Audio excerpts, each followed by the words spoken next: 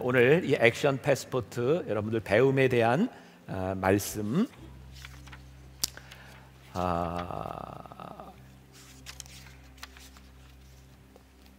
14페이지를 펴 놓으시고 저를 보세요. 책을 보지 말고 이제 여러분들이 볼 수 있는 시간이 있으니까 저를 보시고 말씀에 집중하시면 좋겠습니다.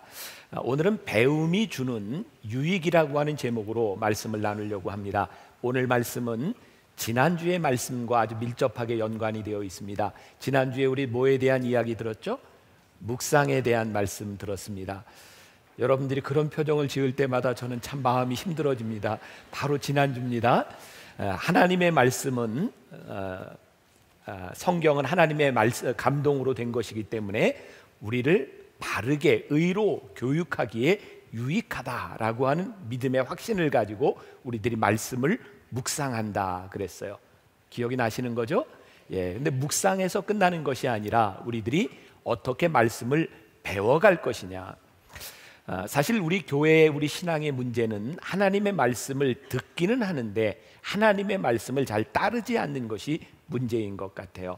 성경에 보면 예수님께서 너희들이 나를 믿어라 라고 하는 말씀보다 나를 따르라 라고 하는 말씀이 훨씬 더 많이 나와 있습니다. 우리들이 어떻게 예수님을 따를 것이냐, 이것은 오늘 이 자리에 있는 저와 여러분들 모두의 커다란 숙제입니다. 오늘 사도 바울이 본문에서 얘기했던 내가 그리스도를 본받는 자 된 것 같이 너희도 나를 본받는 자가 되라. 과연 이 말씀이 가능한 것일까? 사도 바울에게서 오는 이 자신감은 어디에서 오는 것일까?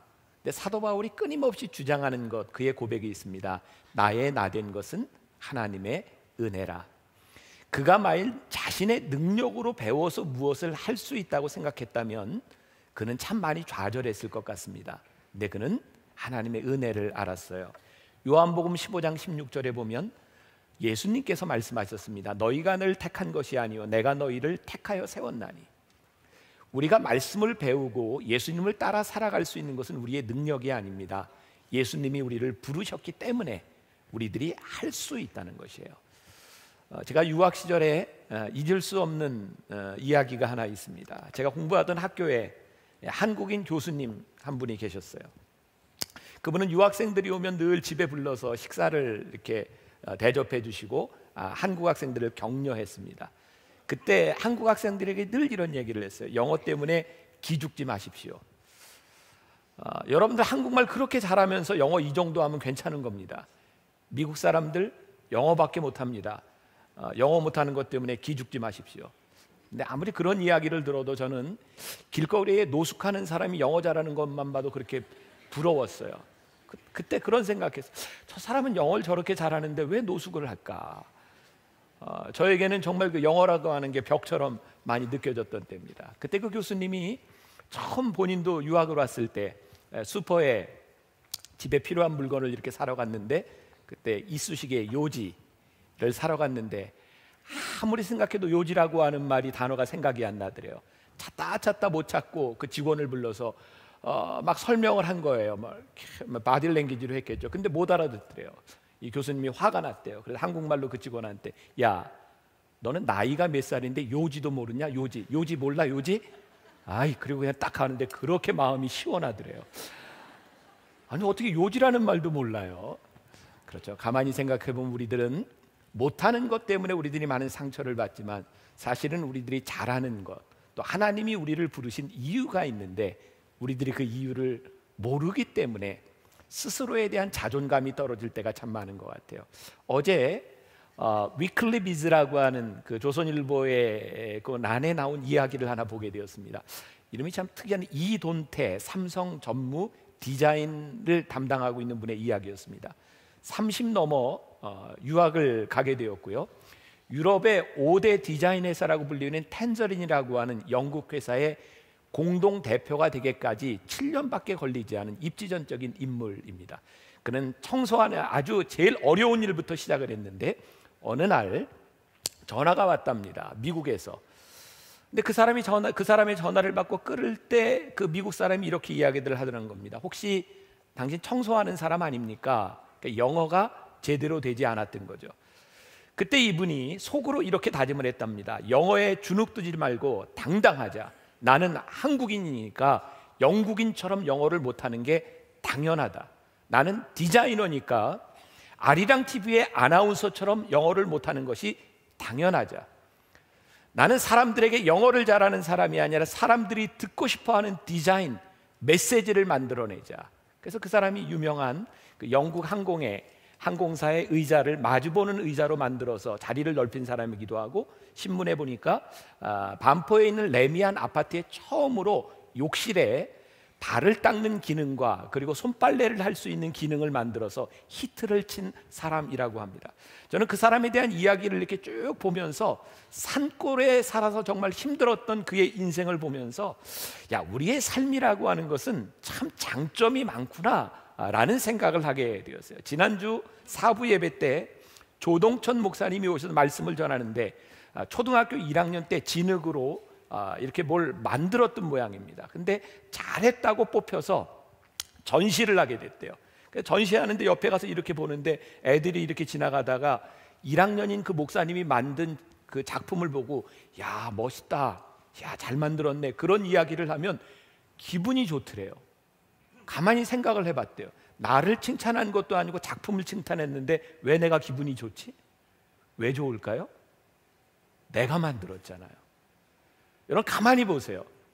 여러분들 스스로 여러분들이 할 수 없다고 생각하면 누가 기분 나쁠까요? 오늘 분위기 굉장히 이상한 것 같아요. 누가 기분 나쁠까요? 하나님 기분 나쁘세요. 왜? 여러분 누가 만드셨어요? 하나님이 만드셨잖아요. 가만히 생각해 보니까 하나님께서 우리를 만드시고 우리를 부르셨으면 우리를 향한 하나님의 계획이 있고, 우리가 할 수 있는, 우리들이 그리스도의 제자로 살아갈 수 있는 길을 우리들에게 주셨는데 우리들이 그거 인정하지 않고 살아갈 때가 참 많은 것 같다. 로마서 8장 31절에 보니까 만일 하나님이 우리를 위하시면 누가 우리를 대적하리요? 8장 35절 누가 우리를 그리스도의 사랑에서 끊으리요? 환난이나 곤고나 박해나 기근이나 적신이나 위험이나 칼이랴. 무슨 말입니까? 우리들에게는 위험도 있고 칼도 있어요. 적군도 있어요. 우리들에게 어려움이 있어요. 그러나 그리스도의 사랑에서 누가 우리를 끊으리요? 나는 부족합니다.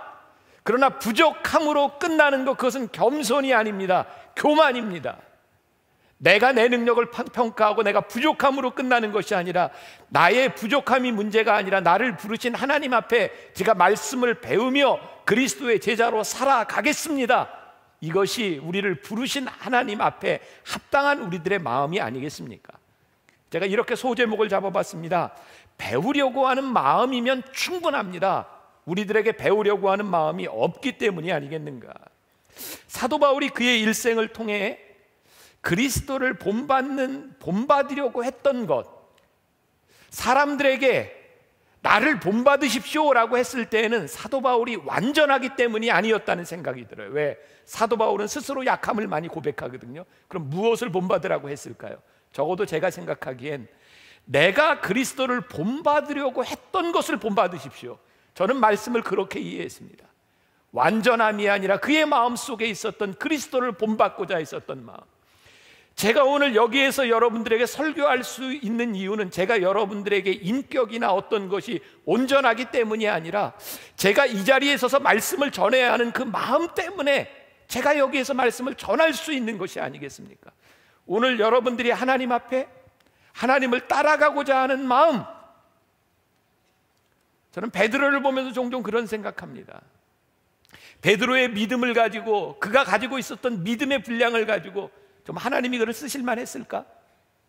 저는 베드로를 보면서 깨닫게 되는 게, 하나님이 그를 쓰신 건 그의 믿음이 아니라 그를 향한 주님의 믿음이었어요. 내가 너를 끝까지 포기하지 않고 내가 너를 붙잡아 주겠다고 하는 주님의 믿음이 삐뚤어간, 잘못 간 베드로를 끝까지 붙잡아 주셨어요. 하나님이 우리를 택하여 우리를 부르셨을 뿐만 아니라 누가 우리를 그리스도의 사랑에서 끊으리요라고 하는 말씀은 하나님이 우리를 놓지 않겠다고 하는 약속의 말씀입니다. 우리가 말씀을 배우려고 하면, 따라가려고 하면 우리들이 그렇게 살아갈 수 있지 않겠습니까?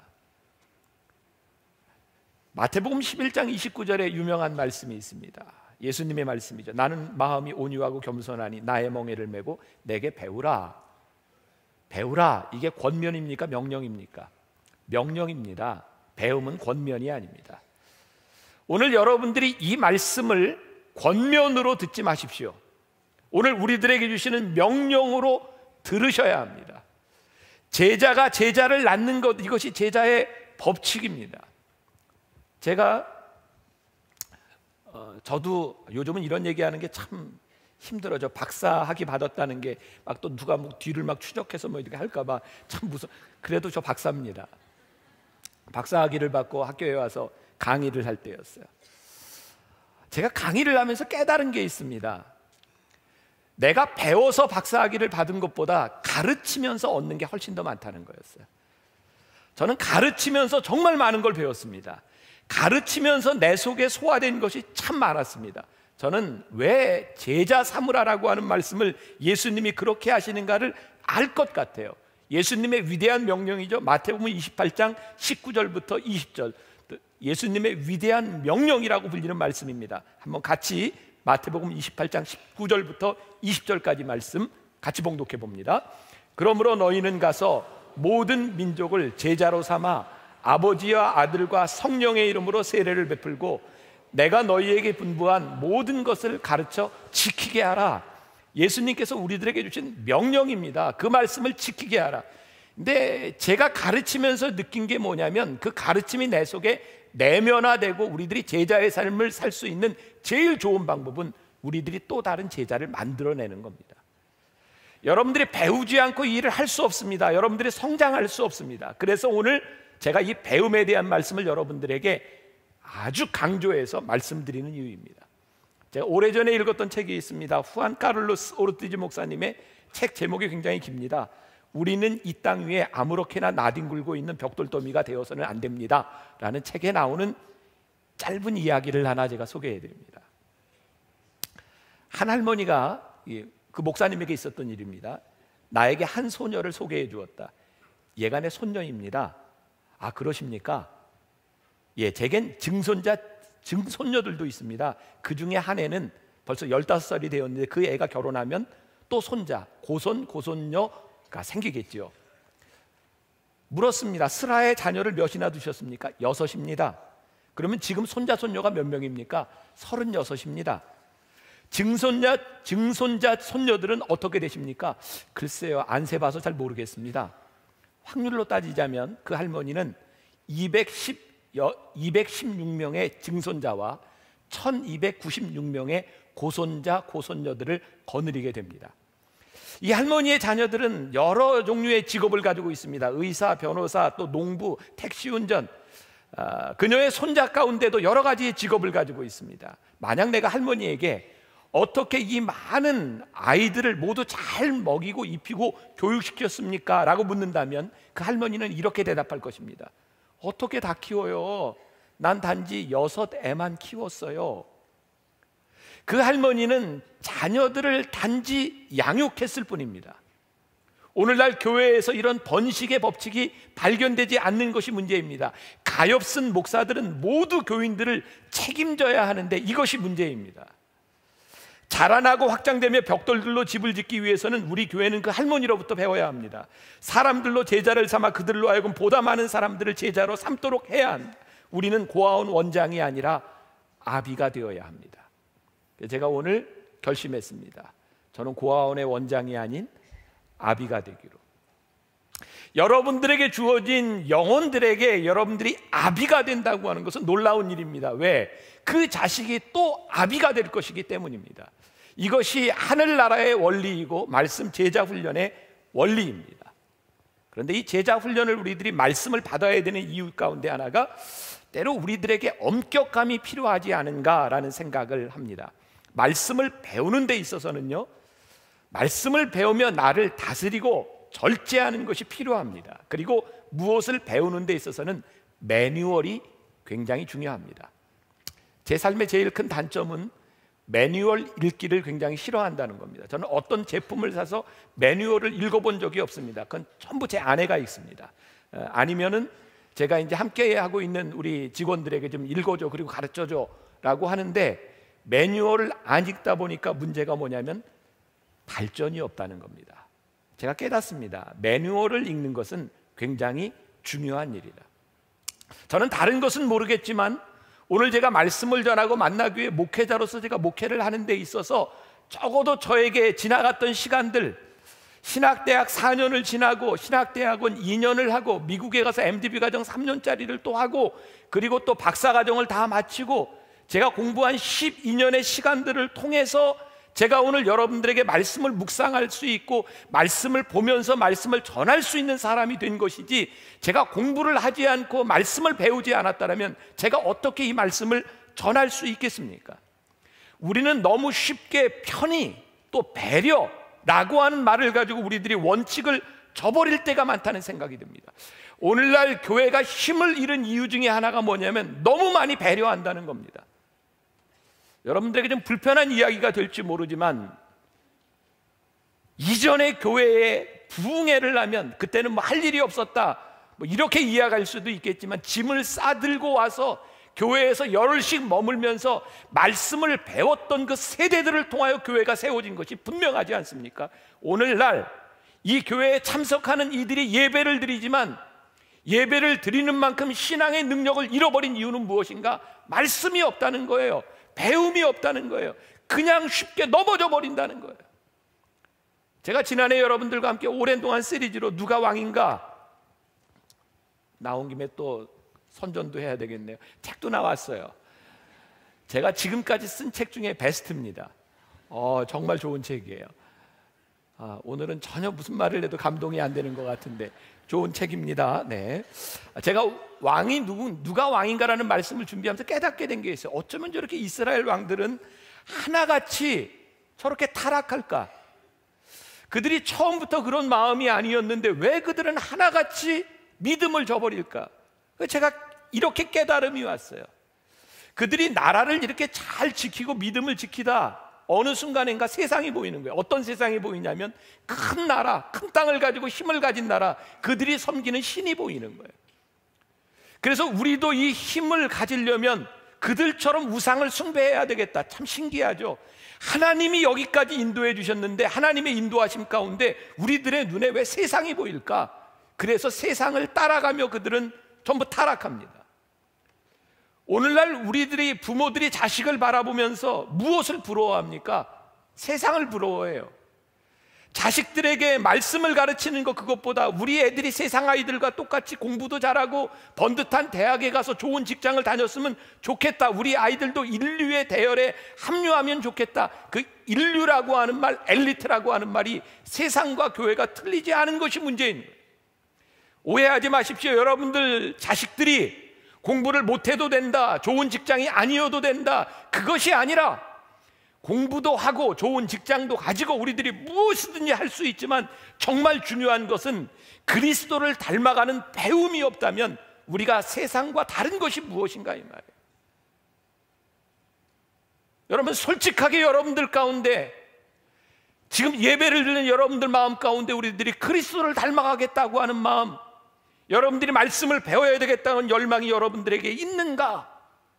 아니면 우리들이 예배를 드리면서도 세상과 똑같은 것들을 우리들이 바라보고 있는가?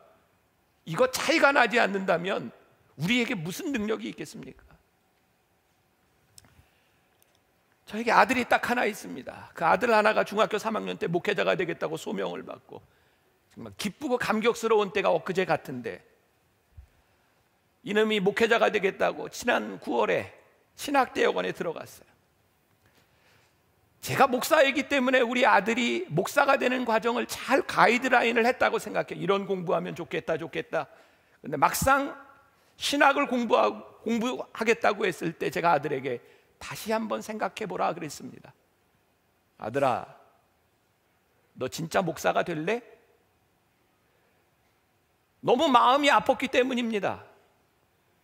왜냐하면 우리 자식이 목회를 해야 되는 그 세상은 가시밭길 같다는 생각이 들었기 때문입니다. 죄송하지만 제 나이에 제 세대가 그나마 지금 여러분들에게 목회를 하면서 존중받고 있는 마지막 세대라는 생각이 들어요. 우리 다음 세대 목회 현장 너무너무 힘들 것 같아요. 미국에서 꽤 괜찮은 학교의 비즈니스를 졸업한 우리 아들에게, 아니 취직하면 돈 벌 수 있는 아들한테 너 편하게 살 수도 있는데 너 진짜 목회할래? 근데 그 아들이 저를 부끄럽게 했어요. 아빠, 하나님이 저에게 사명 주셨잖아요. 그 말 한마디에 그래, 하나님이 너에게 사명을 주셨으면 그래 해라. 여러분들에게 제가 얘기하는 말이 이해가 되지 않을지 몰라요. 이 시대에 대한민국의 대형교회 목회자로 산다고 하는 것, 그 자식이 목회를 한다는 게 얼마나 힘든 일인지 몰라요. 제가 우리 아들을 미국에다 홍보시키는 이유가 신학 공부를 하는 동안만이라도 사람들에게 눈총을 받지 말고 너 하고 싶은 공부 열심히 해라. 비자를 받기 위해서 지난 한 주간 왔다 간 아들에게 제가 이런 얘기했습니다. 아들아, 아빠가 너 도와줄 수 있다. 그러나 아빠가 너를 도와주지 않는 이유, 네가 나중에 목사가 되었을 때, 누군가에게 내가 설교를 할 때 내가 도움으로만 여기까지 온 것이 아니라 내가 이렇게 어려운 길을 헤쳐나왔습니다 라고 하는 것이 네 목회의 이야기가 되었으면 좋겠다. 아빠가 너를 도와주지 않는 건 너를 사랑하지 않기 때문이 아니라 네가 목회하며 설교할 때 네가 할 수 있는 이야기가 있는 사람이 되었으면 좋겠다. 제가 오늘 여러분들에게 제자가 된다고 하는 것을 이렇게 말씀드리고 싶어요. 저도 여러분들이 부자가 되면 좋겠고 여러분들이 잘 살아서 평안하게 했으면 좋겠어요. 그러나 적어도 우리가 제자가 된다고 하는 것은 그런 것만은 아닌 것 같아요. 우리들에게 주어진 사명, 그래서 그 사명 때문에 우리들이 때로는 피를 흘리는 흔적도 있고 우리들이 제자의 삶으로 살아가는 것 때문에 우리들에게 있었던 아픔의 이야기들이 있을 때에 우리의 다음 제자들을 향해서, 우리의 자녀들을 통해서 너희도 내가 그렇게 살았던 것처럼 나를 본받는 자가 되었으면 좋겠다라고 말할 수 있지 않을까. 제자라고 하는 말은 follow, 따른다고 하는 말이고, Christ-like, 예수 닮은 사람이 된다는 이야기고, 사도행전 11장에서 처음으로 안디옥에서 예수를 믿는 사람들이 그리스도인이라는 말을 듣습니다. 사람들이 안디옥에 있는 그리스도인들을 바라보면서 예수님을 닮았다라고 말하게 된 것입니다. 나를 본받는 자가 되라고 하는 것은 그렇게 낭만적인 말이 아닙니다. 어쩌면 처절한 말이기도 하고, 나를 본받는 자가 되라고 하는 것은 치열한 말이기도 합니다. 사도 바울에게 있어서 나를 본받는 자가 되라고 하는 말, 그것은 그렇게 쉽게 한 말이 아니었습니다.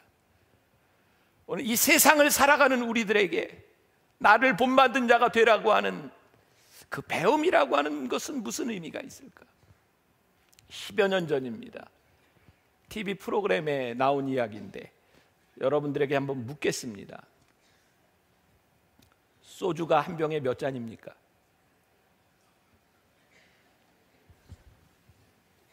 기억나세요? 소주 한 병에 몇 잔?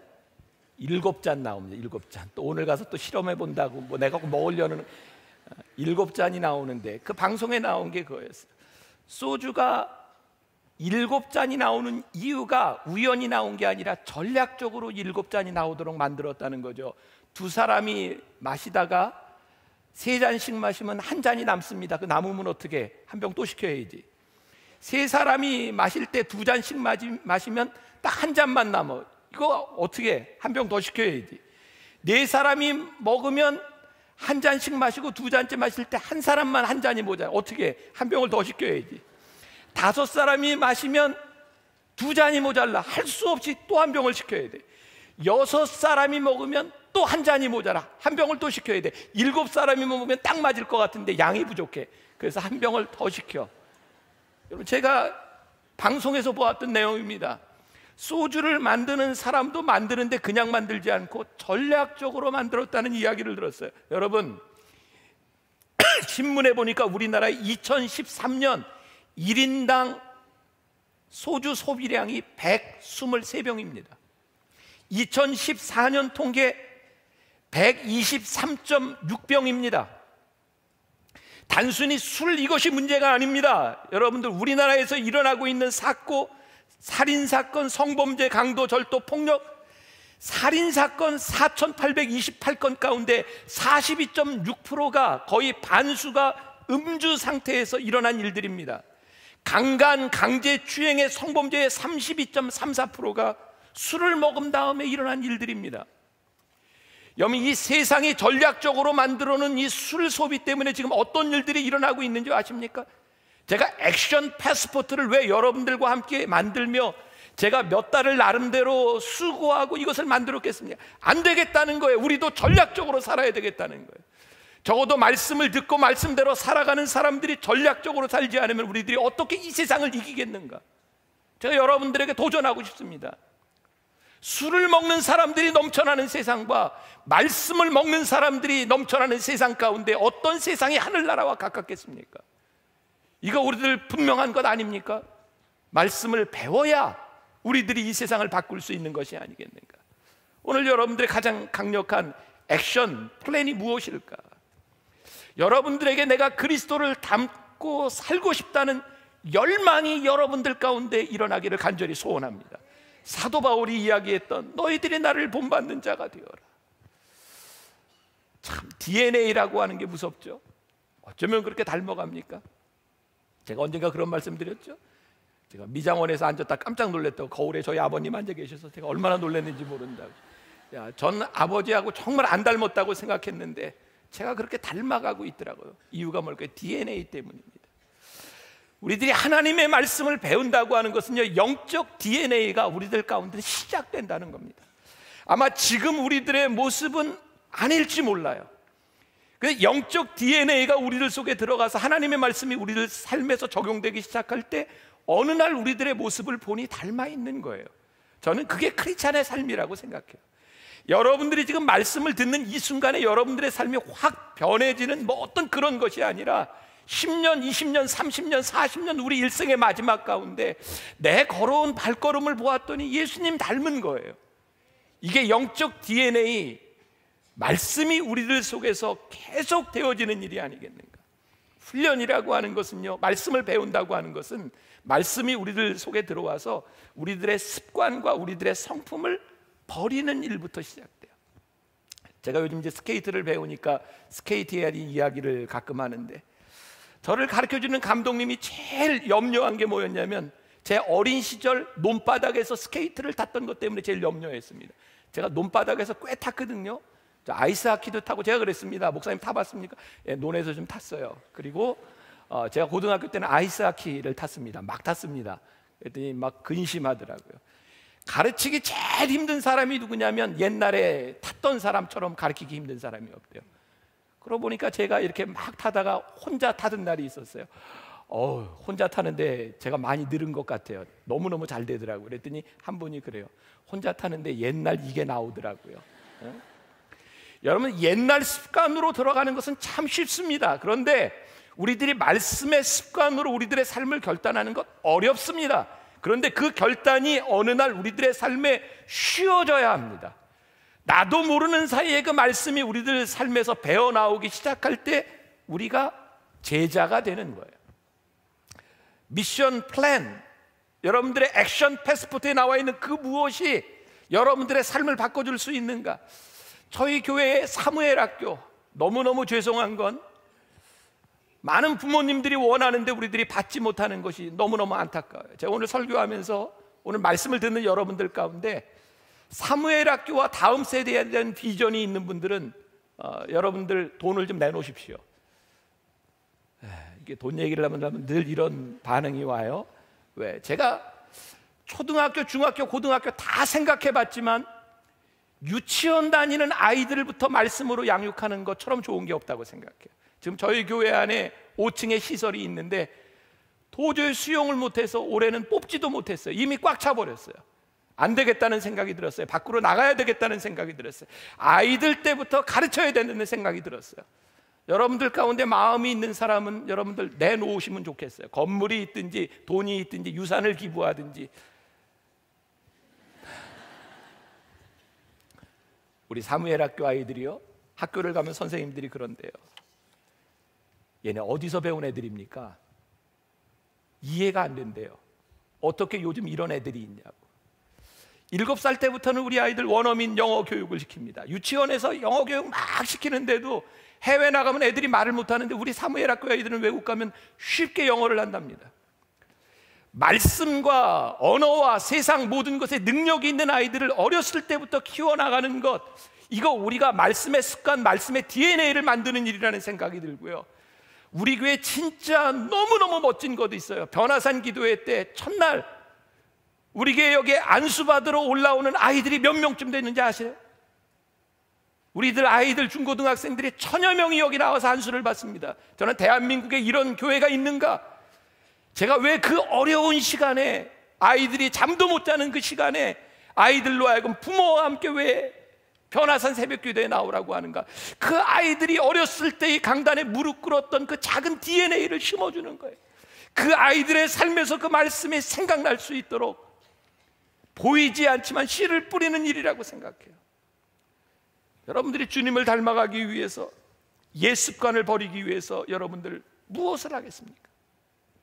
여러분들의 인생의 마지막 순간에 여러분들의 자녀들에게, 얘야, 나처럼 살아. 내가 온전한 것이 아니라 내가 그렇게 애썼던 내 모습을 바라보며 그렇게 살아다오 라고 말할 수 있다면 참 행복한 사람이 아니겠는가. 오늘 사도 바울이 너희가 모든 일에 나를 기억하고 내가 너희에게 전하여 준 대로 그 전통을 너희가 지킴으로 너희를 칭찬하노라 라고 되어 있는데, 이 칭찬이 영어 성경에는 I am very glad 라고 되어 있어요. 내가 너무너무 기쁘다. 사도 바울이 고린도 교인들을 바라보며 너희들이 이 말씀을 배우는 것을 보니 내가 너무너무 기쁘다. 이게 목회자의 기쁨이고 제자를 낳는 제자의 기쁨. 존 스토트라고 하는 유명한 그 신학자가 진정한 기독교라고 하는 책에서 너무너무 멋진 이야기를 했어요. 제가 좀 읽어드립니다. 우리는 복음 전도를 위해 인쇄물과 테이프, 녹음기와 비디오, 라디오와 텔레비전으로 세상을 복음으로 흠뻑 적시고 싶어 한다. 그리고 그런 마음을 갖는 것이 옳다. 원칙적으로 어느 누구도 그러한 야망에 대해 이의를 제기해서는 안 된다. 그럼에도 불구하고 또 한 가지 방법이 있다. 이것은 훨씬 더 효과적인 방법이다. 그것은 복잡한 전자기계 장치를 필요로 하지 않는다. 매우 간단하다. 조직화된 것도 아니다. 전산화된 것도 아니다. 비용도 들지 않는다. 우리는 그것을 거룩한 소문, Holy Gossip이라고 부를 수 있다. 그것은 좋은 소식이 사람들에게 주고 있는 영향을 흥분하여 입에서 입으로 전달하는 것을 말한다. 아무개는 하나님을 믿고 완전히 변화된 것 아세요? 이상한 일들이, 이상한 소문이 일어나고 있다. 이것이 거룩한 소문이다. 저는 만나교회에서 이런 꿈을 꿉니다. 우리들에게서 거룩한 소문, 말씀을 통해서 일어났던 변화들이 거룩하게 입소문을 타고 나아가는 일들. 사랑하는 여러분, 뭐가 강력한 소문이라고 생각하세요? 전 교회 안에서 일어날 수 있는 가장 강력한 소문은 뭔가 변화됐던 이야기입니다. 예수님을 닮아가는 이야기입니다. 소문이 강력한 이유는요, 누가 소문을 냈는지 몰라요. 어느 날 가보니까 모두가 다 알고 있어요. 거룩한 소문, 지금까지 교회 안에서 일어났던 일들 때문에 하나님의 영광이 사라져버렸다면 이제 다시 거룩한 소문을 통해 하나님의 영광을 회복해야 합니다. 말씀을 배우는 여러분들과 말씀을 닮아가려는 여러분들의 삶을 통하여 다시 회복되어야 될 하나님의 영광, 이게 액션 플랜입니다.